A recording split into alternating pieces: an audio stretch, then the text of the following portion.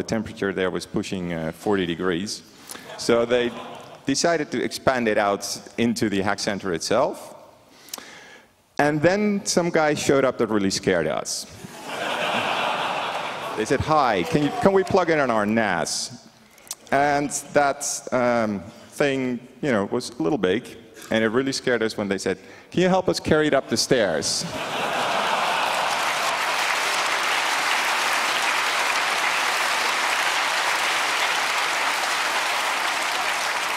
Fortunately, they found some space in the basement. Now, this thing, I think it had 24 terabytes of disk space. It had two 10-gig uplinks. It consumed 5 kilowatts of power.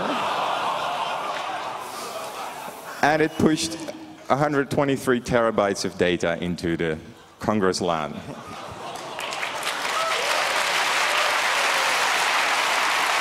So if there's anyone here who doesn't have enough porn now, then I don't know. Now, this is a graph of the traffic coming from that thing. And this is the rest of the server housing downstairs. Now you know why you didn't see any signs saying use more bandwidth, because you listened. Now, seeing all that stuff being rolled in, we thought, okay, this 10-gig backbone, maybe that's not enough. Let's make it a trunk. Let's make it 20 gigs. And it's good, too, because we went just over 10 gigs. 10.9 gigs on the internal backbone. So.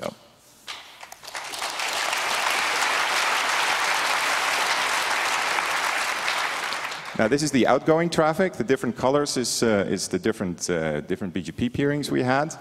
I want some applause for Blackwing and Alf for doing all the load balancing, because they did that really well, as you can see.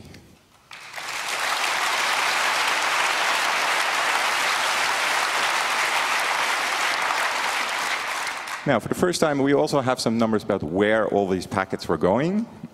As you can see, I think that's German Telekom at the top. So that's the people that were watching the porn from the big. Anyway. Now, we didn't see as many weird things in the network as other years, but we did see this. Now, I don't know if anyone's seen Dan Kaminsky, but that might have been him. Of course, this cannot be done without a lot of sponsors who sponsor the hardware, the fibers, the bandwidth, the everything. So I want some applause for all these people.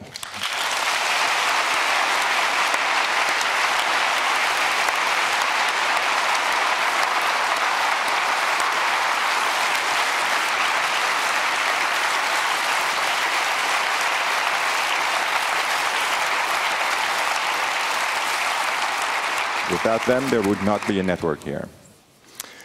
Now, this is the rest of the network team. I hope I did not forget anyone. It's too many people to talk about individually here before I get kicked off the stage. But there's a few people I want to pick out. The NOC help desk to begin with.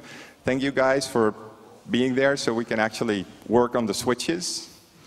There was Hotshot, who configured every single switch you find on the tables here, which is a lot of work. And Elisa, who some of you might have noticed is not here. That is because, well, it's a small miracle that the internet in Europe actually works during the Congress, because basically the entire Amsterdam Internet Exchange team wants to be here. Unfortunately, this year management decided somebody had to stay at home and watch the switches. So Elisa came here before the Congress, helped build everything up, and then left on the first day of the Congress to mind the switches at home. So we want some, that was very good.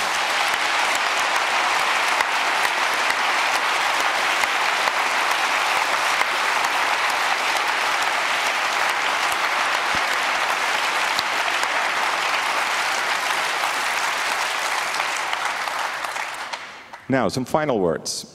There's a bunch of people who are going to be here until very, very, very late today, cleaning everything up and taking the network down. And they're going to come down soon and collect all the switches from the tables. Be nice to these people. Don't yell at them because they unplug you in the middle of your download. You've had 4 days. It should be finished now. And on that note, we're missing one of these. We're missing one of those switches. Now, I'm sure somebody's using it as a pillow somewhere. but we borrow and rent these switches, and we need to have them all back. Otherwise, we won't have any next year. So whoever's sleeping on it, please put it back where you found it. Thank you.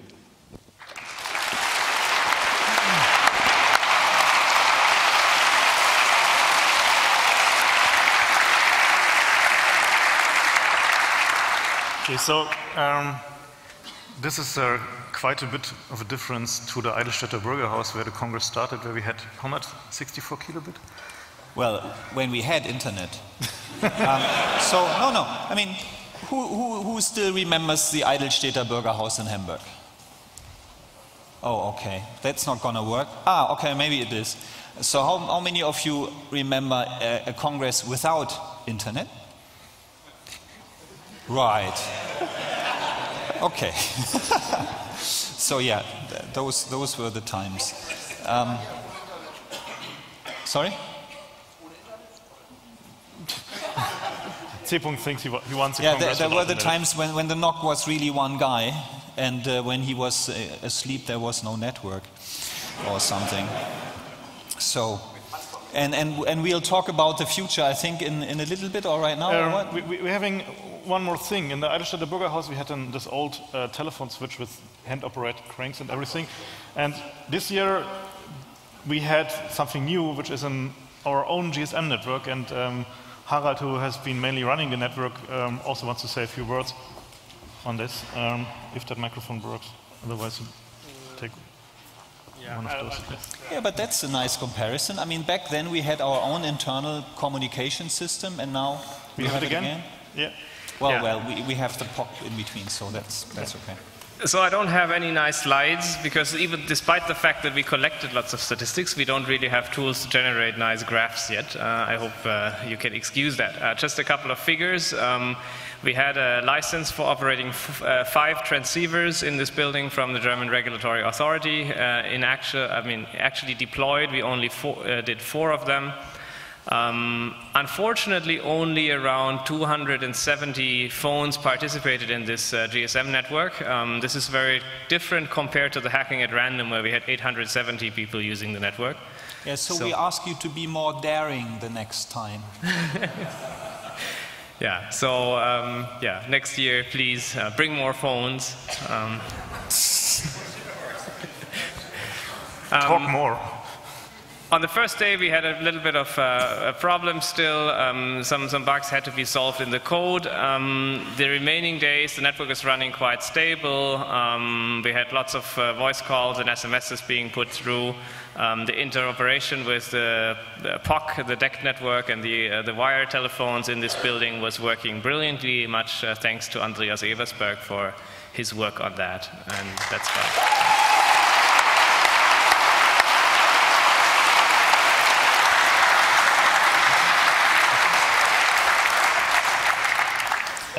Another communication system that is basically so given that we have barely noticed it and would only notice if it's not there is the DECT telephone system and the IP telephone system that the POC, the event phone people, provided, and we want a big round of applause for them as well.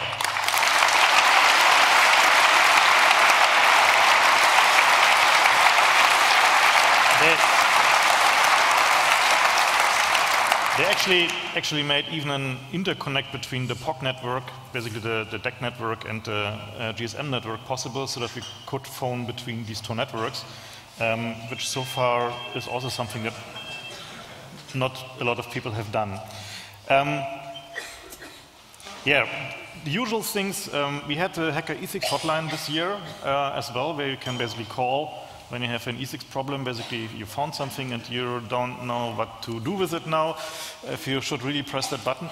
Unfortunately, all the cases that we had on the ethics hotline this year were too sensitive to talk about them now on stage.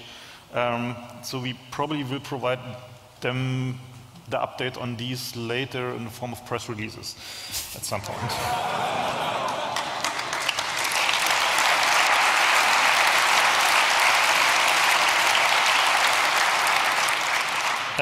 Interestingly, there were also no really significant talks on the app use hotline, basically the phone number that is provided for people who feel that their network is inconvenienced by packets coming from this network.